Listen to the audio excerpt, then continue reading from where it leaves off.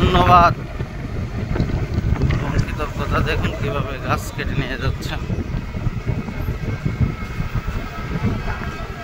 আর এই যে একটি গ্রুপের মাধ্যমে এই গাছগুলো লাগানো হয়েছে আমার জানা মতে, জানি না।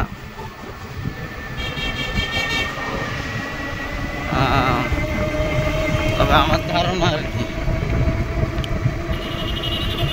তো এইটাই যে তাদের কারণে আজকে কি সুন্দর আমরা ছায়া পাচ্ছি। আর সামনে বছর হয়তো এই রোদটা আর থাকবে না রাস্তায়, দুই সাইডে ইনশাল্লাহ গাছ উপরে উঠে যাবে।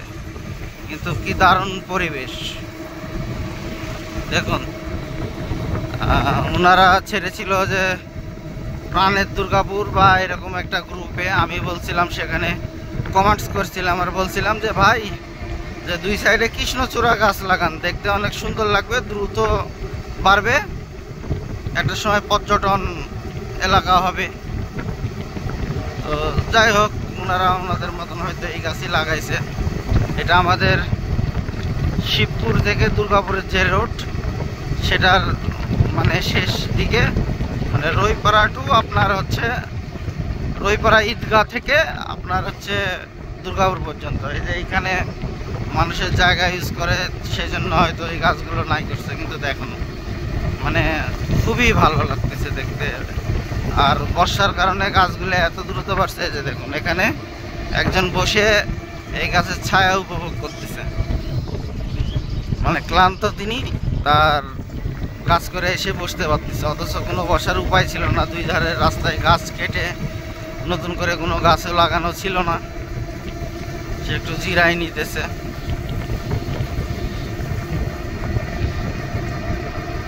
দারুণ, একদমই মানে এক্সিলেন্ট। দেখুন, আমি তাদের প্রতি, যদি সেই গ্রুপ লাগায়, সেই গ্রুপের প্রতি কৃতজ্ঞতা প্রকাশ করতেছি এত সুন্দর কাজের জন্য। এবং এই যে দেখুন ছায়া কিন্তু চলে আসবে সামনে বছর থেকে ইনশাল্লাহ উপর দিয়ে, খুবই ভালো লাগবে দেখতে তখন।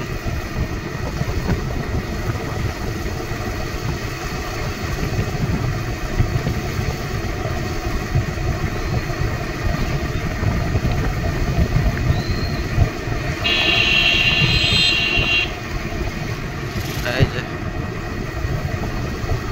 দারুণ, এই সামনে এখানেই শেষ হয়ে যাবে এই অবস্থাটা।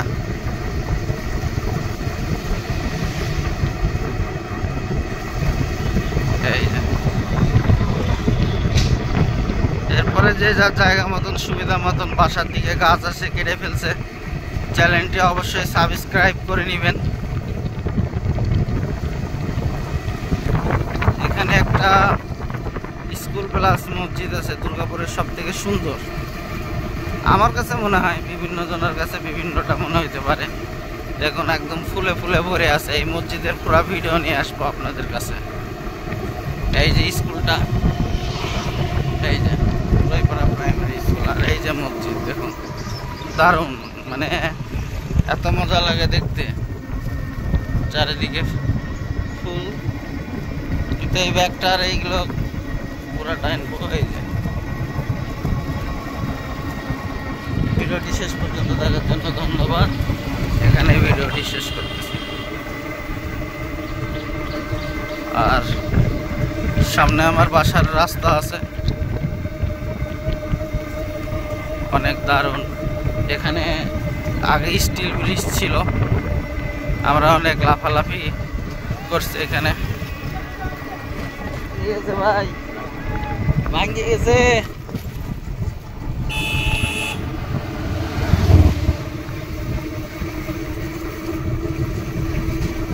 এই অবস্থা।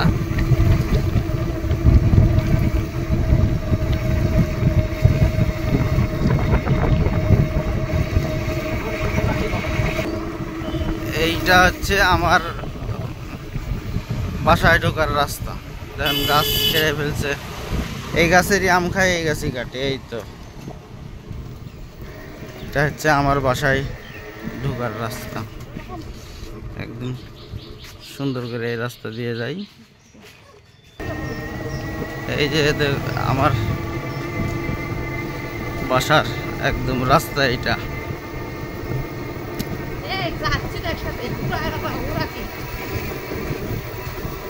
এই পাশে একটা বিড়াল ছিল, দেখতে কিউট।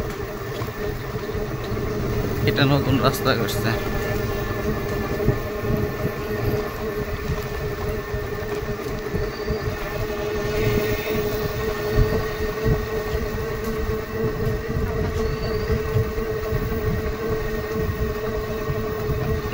কি অবস্থা গাছ কেটে, আমাদের এলাকার ম্যাক্সিমামই বাগান কেটে ফেলা হচ্ছে, কারণ আমের কোনো দাম নাই, সেই জন্য। পাট লাগানো আছিল, পাট সব কাটছে।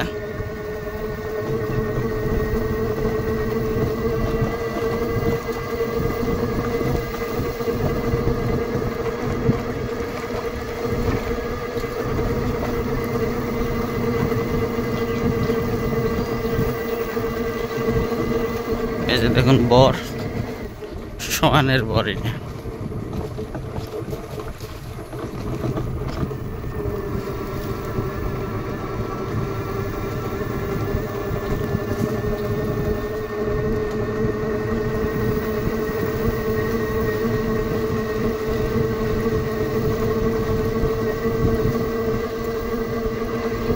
দেখুন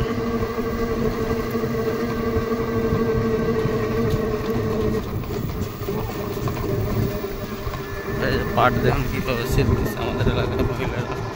পাট ছিলে গেলে সব জাগ দেওয়া আছে। আর এই পাশে এই যে সব পাট ছিলতেছে। এক আটি পাট ছিল কয় টাকা জীবন? এখন এক আটি পাট ছিল 20 টাকা।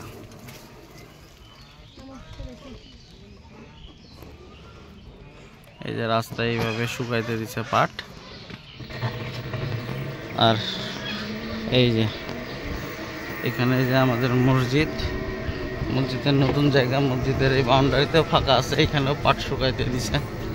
এই যে আমাদের কচুর বাগান দেখছেন এর আগেও, যেটা সাথে হলুদ আছে, পেঁপে আছে।